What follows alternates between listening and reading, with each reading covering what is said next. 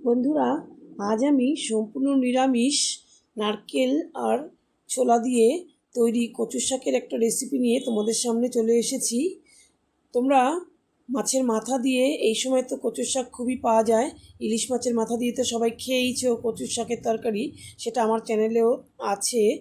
আর আজকে তৈরি করেছি সম্পূর্ণ নিরামিষ নারকেল, ছোলা আর বাদাম দিয়ে। এটা খেতে কিন্তু একদম অসাধারণ লাগে, এত টেস্টি হয় যে তোমরা কিন্তু মাছ মাংস ফেলে এটা দিয়েই কিন্তু ভাত খাবে। নারকেলের যে একটা অসাধারণ সুগন্ধ, তার সঙ্গে আছে ছোলা আর বাদাম। তাহলে চলো দেখে নিই কীভাবে আমি কচুর শাকটা তৈরি করেছি।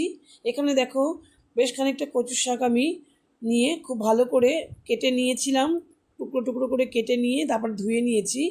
3-4 বার জল পাল্টে পাল্টে ধুয়ে এবার এই জল থেকে তুলে তুলে একটা গামলার মধ্যে রাখছি, যে এই গামলাটার মধ্যে আমি সেদ্ধ করব কচুর শাকটা।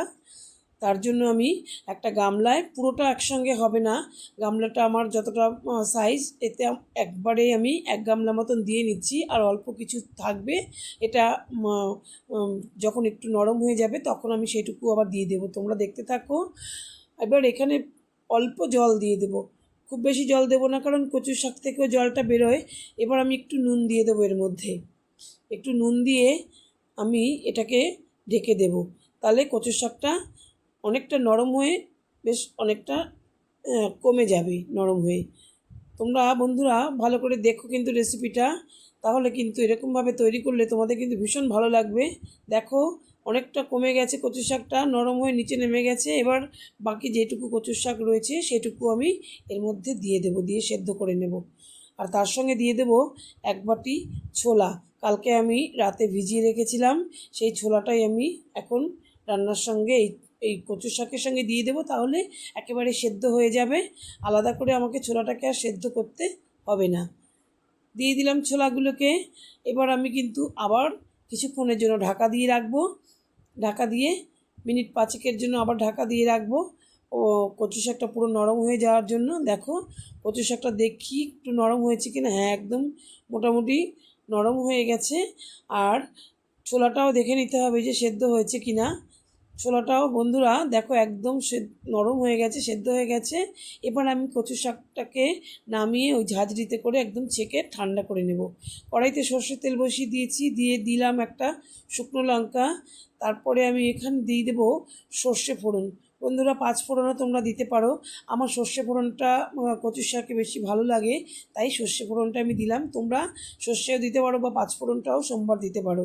এবার আমি দিয়ে দেবো, দেখো বন্ধুরা, বেশ কিছুটা রসুন। আমি একটু রসুন দিলাম, মানে সুগন্ধটা খুব ভালো হবে তার জন্য। শাকে তোমরা কিন্তু একদম সম্পূর্ণ নিরামিষভাবে করলে রসুনটা তোমরা অ্যাভয়েড করতে পারো। তারপরে আমি এখানে খুব ভালো করে নেড়ে চেড়ে যখন বেশ একটা মিষ্টি গন্ধ আসবে, সেই গন্ধ যখন আসবে, সেই সময় আমি যে এক মুঠো নিয়েছি চিনে বাদাম, সেই বাদামটাকে কিন্তু আমার ভাজা বাদামই ছিল, যেরকম বাজার থেকে কেনা থাকে, সেটাই আমি আরেকটু তেলের মধ্যে দিয়ে নেড়ে নেব। এই বাদামটা কিন্তু মুখে যখন পড়বে বন্ধুরা, বাদাম ছোলা তার সঙ্গে আমি দিয়ে দেবো নারকেল, অসাধারণ একটা টেস্ট কিন্তু তোমরা পাবে। এরকমভাবে যদি তোমরা আমি যেভাবে বলছি একদম শেষ পর্যন্ত দেখো আমি আর কি মেশালাম, যাতে কচু শাকে কোনো রকম গলা চুলকোনো বা কোনো রকম গলা ধরার ভাব না থাকে, সেই জন্য আমি একদম তোমাদের শেষ পর্যন্ত কিন্তু এটা দেখতে হবে। খুব ভালো করে দেখো, আমি কচুর শাকটা ছোলা দিয়ে যে সেদ্ধ করে রেখেছি সেটা আমি দিয়ে খুব ভালো করে নাড়িয়ে নিচ্ছি। বেশ কিছুক্ষণে কিন্তু একটু নাড়িয়ে নিতে হবে, শুকনো করে নিতে হবে। এবার আমি একটু দিয়ে দিলাম হলুদের গুঁড়ো, পরিমাণ মতন একটু নুন দিয়ে দিলাম একটা তেজপাতা। আমি কিন্তু নুন যখন সেদ্ধ করা হয় তখন কিন্তু দিয়েছি, সেই বুঝে কিন্তু নুনটা দিতে হবে। দিয়ে দিলাম একটু কাঁচা লঙ্কা কুচি। এবার আমি খুব ভালো করে নাড়াচাড়া করে মিশিয়ে নেব।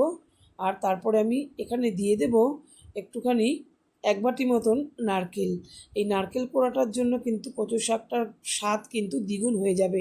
তোমরা এভাবে তৈরি করে দেখো, নিরামিষভাবে খুব সুন্দর লাগবে। সম্পূর্ণ নিরামিষ করলে তোমাদের রসুনটা বাদ দিতে পারো। আর এখানে দিয়ে দিলাম চিনি, মিষ্টির জন্য বেশ কিছুটা চিনি দিলাম, কারণ মিষ্টি না হলে কিন্তু কচুর শাক, নিরামিষ কচুর শাক ভালো লাগে না। খুব সুন্দর তৈরি হয়ে যায় দেখো বন্ধুরা। আর আমি এরপরে কি দেব তোমরা দেখো, যাতে তোমাদের টেস্টও থাকে আর তার সঙ্গে তোমাদের আর কোনো কচুর শাক খেলে প্রবলেম না হয়, একটা দেখো একটা তেঁতুল নিয়েছি, তেঁতুল, পাকা তেঁতুল, এইটাকে আমি জলে গুলে একদম পাতলা করে নিয়েছি, একটু জল দিয়ে তেঁতুলের কাঁচটা দিয়ে দিলাম। আর কোনো সমস্যা থাকবে না তোমাদের কচুর শাক খেতে। যদি কোনো সময় কোনো প্রবলেম হয়, আমাদের এই কচুর শাকটা খুব ভালো ছিল, তবুও আমি দিলাম, একটু টক মিষ্টি ঝাল ফ্লেভারটা হবে, দেখতে মানে খেতে খুব টেস্টি হবে, সেই জন্যই দেয়া। তোমরাও এরকমভাবে দিতে পারো, কচুর শাক ভালো হলো কিন্তু টেস্ট হবে খুব সুন্দর। রেসিপিটা আশা করি তোমাদের ভালো লেগেছে বন্ধুরা, তোমরা এভাবে তৈরি করে দেখো। আর তোমাদের সঙ্গে দেখা হবে পরবর্তী ভিডিওতে। তোমরা ভালো থেকো, সুস্থ থেকো।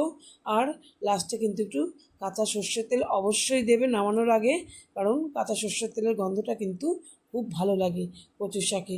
যে কোনো বাটা বা যে কোনো শাকের দিতে লাস্টে কাঁচা সর্ষের তেল খুব সুন্দর লাগে খেতে।